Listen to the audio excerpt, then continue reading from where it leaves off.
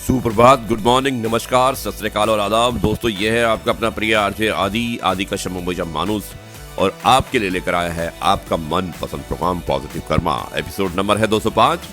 29 नवंबर, दिन है रविवार और स्थान है आज जो ब्रॉडकास्ट कर रहा हूँ ये प्रोग्राम मैं आपको बेंगलुरु से, और आज शाम को मैं मुंबई पहुंच जाऊंगा और कल ये प्रोग्राम आपको ब्रॉडकास्ट होगा मुंबई से। मुंबईचा माणूस आरजे आदि पॉजिटिव कर्मा। दोस्तों, शुरुआत करते हैं इस कार्यक्रम की। इज्जत पर कोई डिस्काउंट नहीं होता दोस्तों। जब मिलती है तो पूरी मिलती है और जब जाती है तो पूरी जाती है, क्योंकि तूफान में कश्तियां और अभिमान में हस्तियां डूब ही जाती हैं। इसलिए कभी भी आप इज्जत को संभाल कर रखिएगा, उसे बदनाम या नीलाम मत होने दीजिएगा। ख्वाहिशों को जेब में रखकर निकला कीजिए जनाब, खर्चा बहुत है मंजिलों को पाने के लिए। जिस दिन हम ये समझ जाएंगे कि सामने वाला गलत नहीं है, सिर्फ उसकी सोच हमसे अलग है, उस दिन जीवन से सारे दुख समाप्त हो जाएंगे।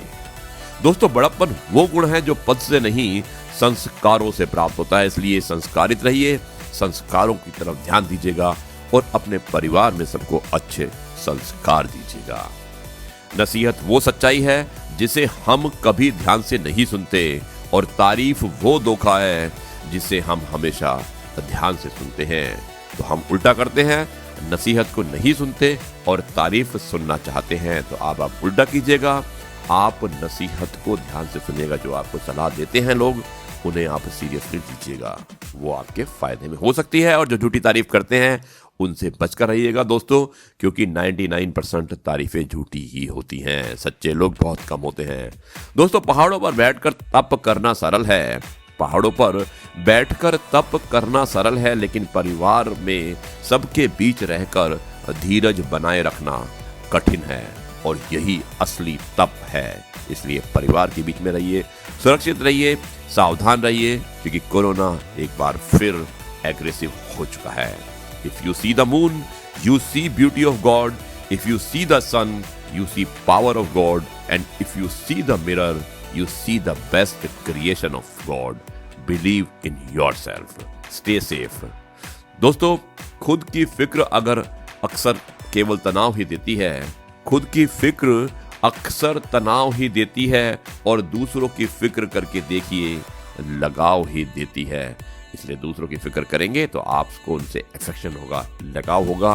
दूसरों की फिक्र करना भी शुरू कीजिएगा। दोस्तों, यह है आपका अपना प्रिय आरजे आदि कश्यप मुंबईचा माणूस, और अब मैं आपके लिए एक स्पेशल कविता लेके आया हूँ। हमारी एक सुनने वाली है रश्मि पुनिया जी, जो गुड़गांव में रहती हैं, जो अस्वस्थ थी, कोरोना वायरस से पीड़ित थी, उसके बाद रिकवर किया, उसके बाद एक बार फिर उनको अटैक हुआ, जो कि काफी समय तक चला, लेकिन अब पूरी तरह से स्वस्थ हैं। रश्मि पुनिया फ्रॉम गुरुग्राम, उन्होंने एक कविता भेजी है और मुझे उम्मीद है ये कविता आपको पसंद आएगी। और कविता का शीर्षक है 3 पहर तो बीत गए। दोस्तों, बहुत सुंदर कविता है, ध्यान से सुनिएगा। 3 पहर तो बीत गए, बस एक पहर ही बाकी है। जीवन हाथों से फिसल गया, बस खाली मुट्ठी बाकी है। सब कुछ पाया इस जीवन में, सब कुछ पाया इस जीवन में, फिर भी इच्छाएं बाकी हैं। दुनिया से हमने क्या पाया, ये लेखा जोखा बहुत हुआ। इस जग ने हमसे क्या पाया, बस ये गणनाएं बाकी हैं, बस ये गणनाएं बाकी हैं। इस भाग दौड़ की दुनिया में, इस भाग दौड़ की दुनिया में हमको एक पल का होश नहीं। वैसे तो जीवन सुखमय है, पर फिर भी क्यों संतोष नहीं। क्या यूं ही जीवन बीतेगा। दोस्तों, सुनिएगा ध्यान से। क्या यूं ही जीवन बीतेगा, क्या यूं ही सांसें बंद होंगी। औरों की पीड़ा देख समझ कब अपनी आंखें नम होंगी। मन के अंतर में कहीं छिपे, मन के अंतर में कहीं छिपे, इस प्रश्न का उत्तर बाकी है, इस प्रश्न का उत्तर बाकी है। दोस्तों, कितना अच्छा लिखा है। और अब सुनिएगा आखिरी पंक्तियां जो उन्होंने लिखी है, और मुझे उम्मीद है कि ये भी आपको पसंद आएंगी। वो इस प्रकार है। मेरी खुशियां मेरे सपने, मेरी खुशियां मेरे सपने, मेरे बच्चे मेरे अपने, ये करते करते शाम हुई। इससे पहले तम छा जाएं, इससे पहले कि शाम ढले, कुछ दूर पराई बस्ती में एक दीप जलाना बाकी है। 3 पहर तो बीत गए, 3 पहर तो बीत गए, बस एक पहर ही बाकी है। जीवन हाथों से फिसल गया, बस खाली मुट्ठी बाकी है, बस खाली मुट्ठी बाकी है। दोस्तों कितना खूबसूरत लिखा है। Thank you very much Lakshmi ji, आपको ये भेजने के लिए बहुत अच्छी कविता थी और मुझे उम्मीद है कि हमारे सुनने वाले इस कविता का पूरा आनंद लिया होगा और इस कविता में जो जो एक एक शब्द लिखा है वो बहुत ही ज्ञानपूर्वक है और सब इसकी तरफ ध्यान जरूर देंगे। दोस्तों जाइएगा मत, आपका अपना प्रिय आरजे आदि कश्यप मुंबई मानुस आता है एक ब्रेक के बाद पॉजिटिव कर्मा कार्यक्रम को लेके एपिसोड नंबर 205 29 नवंबर। जाइएगा मत, आता हूं एक छोटे से ब्रेक।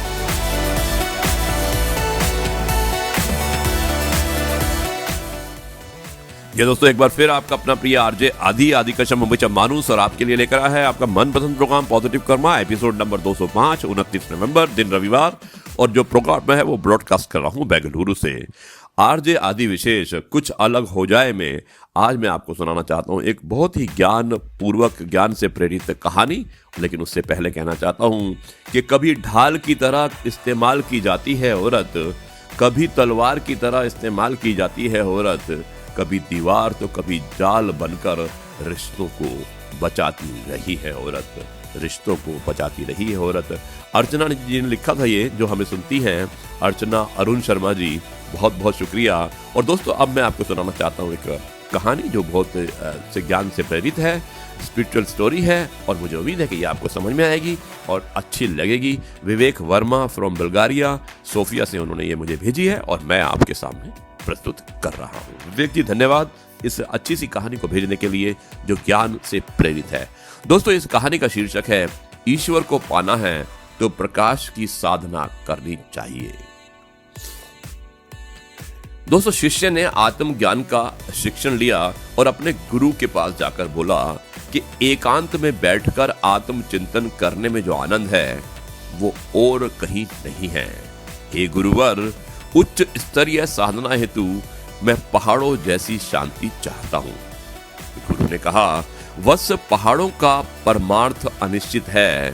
तू सुदूर क्षेत्रों में जा जहां अज्ञान का तिमिर व्याप्त है। व्यक्ति दीनहीन स्थिति में अपना जीवन यापन कर रहे हैं। तू नगरों में जा जाकर जहां अज्ञान मानव के बीच भेदभाव, छल, कपट और विषमता के बीज बो रहा है। शिष्य ने जवाब दिया, देवा, वहां की संघर्ष यातनाएं मुझसे झेली नहीं जाएंगी।